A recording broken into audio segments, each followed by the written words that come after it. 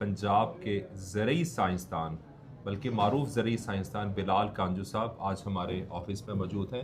तो वेलकम बिलाल कांजू साहब, आपकी आमद का बहुत शुक्रिया। और आज इस मौके का फ़ायदा उठाते हुए बिलाल साहब, एक चीज़ मैं आपके तवज्जो से जानना चाहूँगा कि जिस तरीके से पिछले 75-80 साल में ज़मीन की तकसीम दर तकसीम की वजह से लैंड होल्डिंग कम होती जा रही है और जो दरमियाने दर्जे का काश्तकार है उसके मसाइल को हम डिस्कस करेंगे। तो मुझे बताइए कि जो मौजूदा सूरत हाल में ना सिर्फ उसकी जो इनपुट कॉस्ट है वो बढ़ चुकी हैं, बल्कि उसको मार्केट में जो आम अजनास हैं उनके पैसे भी नहीं मिल पाते, तो उसको क्या तरीक़ेकार इख्तियार करना चाहिए आपकी समझ में, जिसकी वजह से उसका प्रॉफिट बढ़ सके? प्लीज़। जी बिलाल भाई, आपने बिल्कुल सही बात की है कि हमारे ज़मीन जो है वो नस्ल दर नस्ल तकसीम होती चली आ रही है और काफ़ी कम ज़मीनें रह गई हैं। ज़्यादातर हमारे जो है वो छोटे फार्मर ही हैं।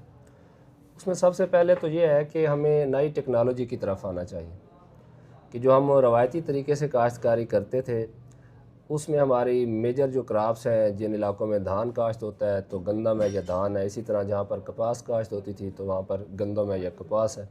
अब कुछ मकई भी आ गई है, आलू भी है।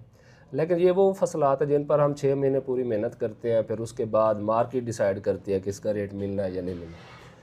तो आजकल जो दौर है वो है स्मार्ट काश्तकारी का। स्मार्ट से मुराद ये है कि हमने एक एक दाना फर्टिलाइज़र का सोच समझ के इस्तेमाल करना है। हमने पानी इस्तेमाल करते हुए भी ये ख्याल रखना है कि हम अपनी आने वाली नस्लों के लिए कितने रिज़र्व छोड़ रहे हैं, और हम बिला वजह तो पानी नहीं इस्तेमाल कर रहे। जितनी ज़रूरत है उतना ही फसल को मुहैया होना चाहिए। इसके अलावा जो वैरायटीज़ की सिलेक्शन है, सीड की सिलेक्शन है, उसमें भी काफ़ी एडवांसमेंट आ गई है। मुख्तलिफ़ किस्म के हाइब्रिड्स आ गए हैं मार्केट के अंदर, नई नई वैरायटीज़ आ गई हैं, तो उनके बारे में भी आगाही होनी चाहिए। और जो सबसे अहम मैं समझता हूँ कि हमारी जो फ्यूचर जनरेशन है, बेशक स्मॉल लैंड होल्डिंग है, हमारे काश्तकार जो है, जो बच्चा पढ़ लिख जाता है उसे काश्तकारी से अक्सर दूर कर लेते हैं। जो कि सबसे बड़ा फैक्टर है हमारी प्रोडक्शन कम होने में, कि एक जो पढ़ा लिखा एजुकेटेड बंदा है, जब वो काश्तकारी करेगा तो वो उसे एज अ बिज़नेस करेगा, टाइम पास नहीं करेगा। अब तक जो हमारी काश्तकारी थी वो जस्ट घरेलू ज़रूरियात पूरी करने के लिए करते हैं लोग, लेकिन अब वो बंदा सर्वाइव नहीं कर सकता जो काश्तकारी को एज अ बिज़नेस डील नहीं करता। काश्तकारी को एज ए बिज़नेस के तौर पर डील करना चाहिए, बच्चों को तालीम दिलवानी चाहिए। ये अभी तक कहना था बिलाल कांजू साहब का। दूसरा देखिए, जो इनपुट कॉस्ट में ना एक मेजर कॉस्ट है पानी की, और पानी बिल्कुल। अभी तक ज़्यादातर लोग हासिल करते रहे हैं डीजल की मदद से। सोलर टेक्नोलॉजी आ रही है, बिलखसूस सोलर में लोगों को बताइए कि किस किस्म की टेक्नोलॉजी का इंतखाब उनको करना चाहिए जिससे उनका कम शमसी पैनल्स के इस्तेमाल से ज़्यादा पानी मिल सके। उस बारे में ज़रा अपनी माहिराना राय दें। हाँ जी बिल्कुल, क्योंकि अब तो डीज़ल वाला भी अफोर्डेबल नहीं है। अब तो लोग जो है वो बिजली पर आए हैं। फिर बिजली की भी कीमतों में ऐसा इजाफा हुआ है कि उन्हें अफोर्ड करना मुश्किल हो गया। तो जो न्यू स्मार्ट टेक्नोलॉजी है उनमें BLDC जो है, ये एक नई टेक्नोलॉजी है जिसमें कम सोलर पैनल इस्तेमाल होते हैं और आपको बेहतरीन जो है वो पानी मिलता है। यानी कि आप जितना डीज़ल पर रन करके ट्रैक्टर के ज़रिए जितने टाइम में आप 1 एकड़ सैराब करते हैं, बिल्कुल उसी कैपेसिटी में आप अपना 1 एकड़ सैराब कर सकते हैं, और ख़र्चा जो है वो शायद 1 साल की जो आपकी उसकी आउटकम है उसी से ही आपका वो सारा ख़र्चा सारा उतर जाता खर्चा है। हो जाएगा। तो शुरू में स्टैंड लेना चाहिए, काश्तकारों को इस तरफ आना चाहिए। तो फिर ये पायदार सिस्टम है, इसकी आप मेंटेनेंस रखें, ख्याल रखें, तो आपकी बिल्कुल कास्ट जो है वो पानी वाली तो बिल्कुल नील हो जाती है। बिल्कुल ऐसे ही। और दूसरा जो मैं समझता हूँ कि जो रवायती हमारी फसलें हैं उन फसलों से हटकर कुछ इस तरह की चीज़ों पे हमें काम करना चाहिए, जिस तरह के स्पेशल सब्जियां हैं आउट ऑफ द सीज़न, जो प्रोसेसिंग है उनके ऊपर तवज्जो देनी चाहिए, वैल्यू एडिड चीज़ों की तरफ जाना चाहिए। तो मेरे ख्याल में उन चीज़ों पर ज़्यादा तवज्जो देनी चाहिए। और बिलाल साहब, एक चीज़ बताइए कि जब आपकी प्रोडक्ट जो छोटा फार्मर है, मीडियम साइज़ फार्मर, उसकी प्रोडक्ट तैयार हो गई है, वो बेचारा लिए लिए मार्केट में फिरता है, कभी उससे रेट लगवा रहा है, कभी उससे रेट लगवा रहा है। उसको प्रोडक्ट काश्त करते वक्त किस चीज़ का ख्याल रखना चाहिए ताकि जब वो प्रोडक्ट तैयार हो तो उसको उसका अच्छा रेट मिल सके? इस बारे में ज़रा बताइए। हाँ जी बिल्कुल, इसमें दोनों साइड पर जो है वो थोड़े बहुत लूप होल्स हैं।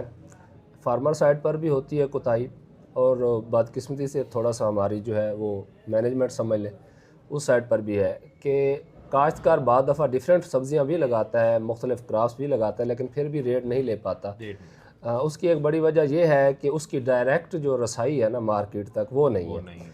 अगर वो कोशिश भी करता है तो आगे उसे बहुत सारे मसाइल का सामना करना पड़ता है।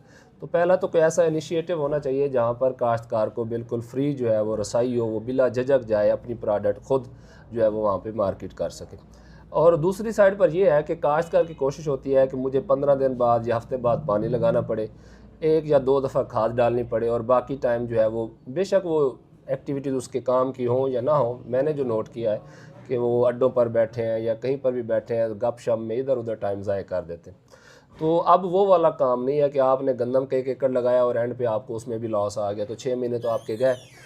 अब ऐसी फसल आपने लगानी है जिसकी मार्केट में कोई वैल्यू हो। मसलन मैंने बहुत सारे ऐसे लोगों को देखा है जो पुदीना लगाते हैं, हासिलपुर वाली साइड पर बहुत बड़ा इसका जो है ना वो ट्रेंड है, तो उससे वो लाखों कमा रहे हैं। कुछ लोग ऑफ सीज़न में लूसन चलाते रहते हैं, उसे मैनेज करते हैं, तो उससे पैसा कमा रहे हैं। तो इस तरह के जो है ना वो आप छोटी छोटी नई नई जो फसलें हैं उनको थोड़े रकबे पर ट्राई करें, बाद दफ़ा लॉस भी हो जाता है, ट्राई ज़रूर करें और उनमें एक्सपर्टीज़ हासिल करके तो आप थोड़ा सा डिफरेंट प्रॉफिट कमा सकते हैं। अगर रवायती रहेंगे कि वही गंदम, फिर उसके बाद कपास, या गंदम के बाद धान, तो ये वो फसलें हैं जो हर जगह पर सरप्लस में हैं, दूसरे ममालिक में भी पैदा होती हैं, और इनकी अगर कोई एक्सपोर्ट का ऑप्शन आता है तो रेट अच्छा लग जाता है, अदरवाइज़ फिर हम जो है वो नुकसान का जी सामना करते हैं। जी, बिलाल साहब ने जिस तरह बताया कि आपको मुख्तलिफ जो फसलें हैं उनको ट्राई करना चाहिए और इनपुट कॉस्ट आपको मैनेज करने के लिए कोशिश करनी चाहिए कि अगर आपका रकबा छोटा है तो आप ऐसे प्रोडक्ट्स का, ऐसे पंप्स का इंतखाब करें जो कि कम सोलर पैनल पर आपको ज़्यादा पानी दें। और जो शहजाद पंप्स की BLDC टेक्नोलॉजी है, बिलाल कांजू साहब ने मुतअद्दिद कस्टमर्स को विज़िट करके ये चीज़ विटनेस की है और इसके ऐनी शाहद गवाह हैं कि लोग अल्हम्दुलिल्लाह साल से शहजाद पंप्स के BLDC पंप इस्तेमाल कर रहे हैं, जिसकी मदद से बहुत कम सोलर पैनल के साथ उनको बहुत ज़्यादा पानी मिल रहा है। लिहाजा अगर आपका कोई कमेंट है, आप कुछ बात पहुंचाना चाहते हैं बिलाल कांजू साहब तक, तो आप ज़रूर कमेंट में दें। और मैं दोबारा आपका शुक्रिया अदा करूंगा कि आप बहुत अच्छा काम कर रहे हैं कि हमारा जो फार्मर्स हैं आप उनको एजुकेट कर रहे हैं। अल्लाह ताला आपको इसकी जज़ाए खैर दे जी। मोहम्मद बिलाल शहजाद और मोहम्मद बिलाल कांजू साहब, शहजाद पंप्स के प्लेटफॉर्म से, थैंक यू वेरी मच।